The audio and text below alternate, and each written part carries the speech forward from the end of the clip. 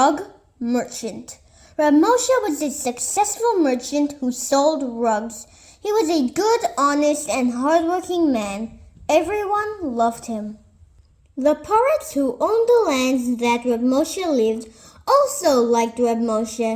He appreciated his honesty and good nature. The Poritz would make sure to buy all of his rugs from his palace only from Reb Moshe the Jew. He would also recommend him to his friends, and Reb Moshe did excellent business. It was Shabbos morning. Reb Moshe's family was sitting around the Shabbos table, preparing for another beautiful Seudah. Reb Moshe held a Kiddush cup in his hands and was about to begin Kiddush. Suddenly, there was a knock at the door. Reb Moshe put down the Kiddush cup and asked his sons to open the door. In the doorway stood the Poritz's Esit manager, the man in charge of the Poritz's lands. "Hey, Moshke," the Esit manager called happily, "you're about to do some major business." "Just wait till you hear about it. I'll bet you never earned so much money in your life." Then he went on to explain, "Tonight, the Poritz is throwing a big party for all his friends. He is expecting a lot of guests." All of a sudden, the Poritz decided that he wants to impress all his guests and change all the rugs in the main palace hall.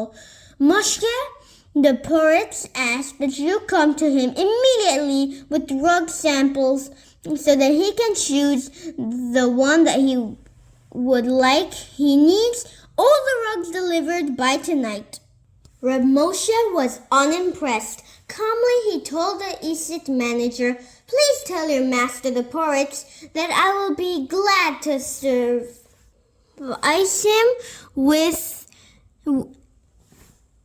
at any other time, but not on Shabbos. As the Poritz well knows, I am a Jew, and I am not allowed to do any business on Shabbos. I cannot sell him rugs today."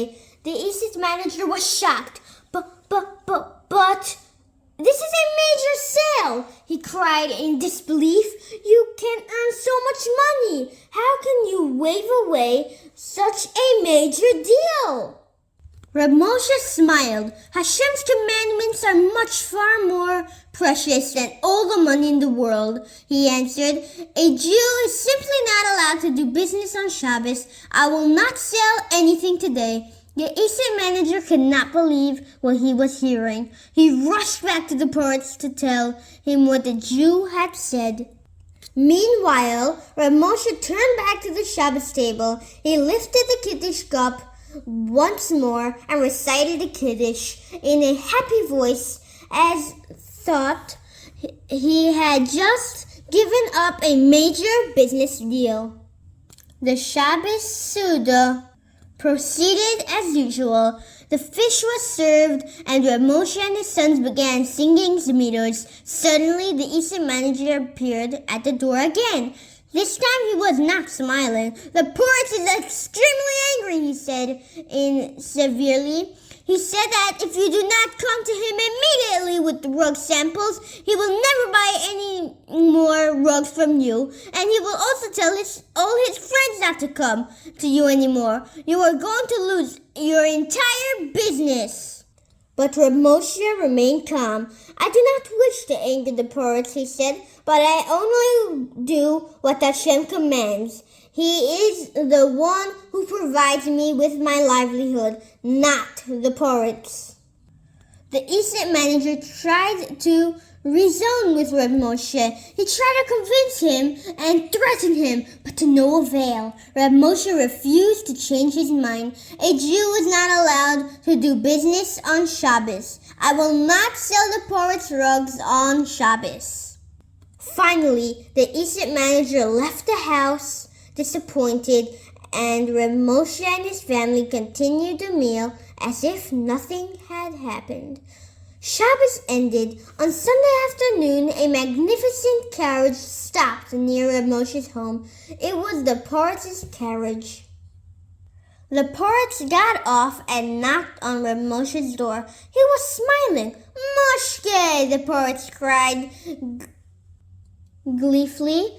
When Reb Moshe opened the door, thanks to you, I won the bet. What bet? Reb Moshe asked. He could not understand what the poritz was referring to, or why he was not angry at him.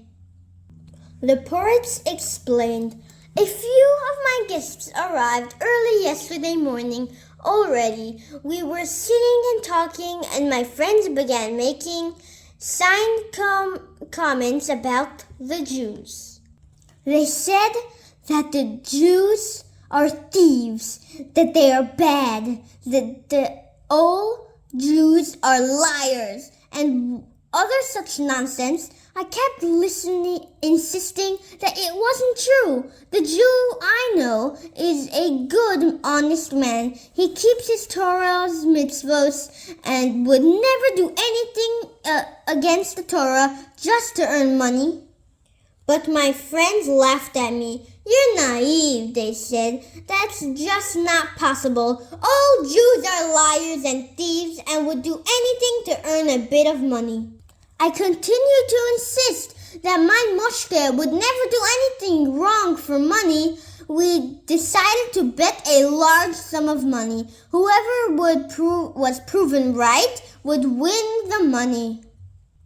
We set my ESET manager to try and convince you to sell rugs on your Shabbos. We were testing you to see if you would transgress your Torah in order to earn money, or if you would be prepared to lose a great sale in order to keep your mitzvahs. As I was right, just as I had told my friends, you refused to transgress your Torah and sell me merchandise on Shabbos, even though you were going to lose so much money. I won the bet. The poritz concluded, thanks to you, Moshke, I won a huge sum of money. I believe you deserve some of it. You earned it with your insights not to sell the rugs on Shabbos. The poritz handed Reb Moshe a sack with a lot of money. I am so happy to have such a good Jew living in my estate, he said as he left Reb Moshe's house. Reb Moshe turned to his children.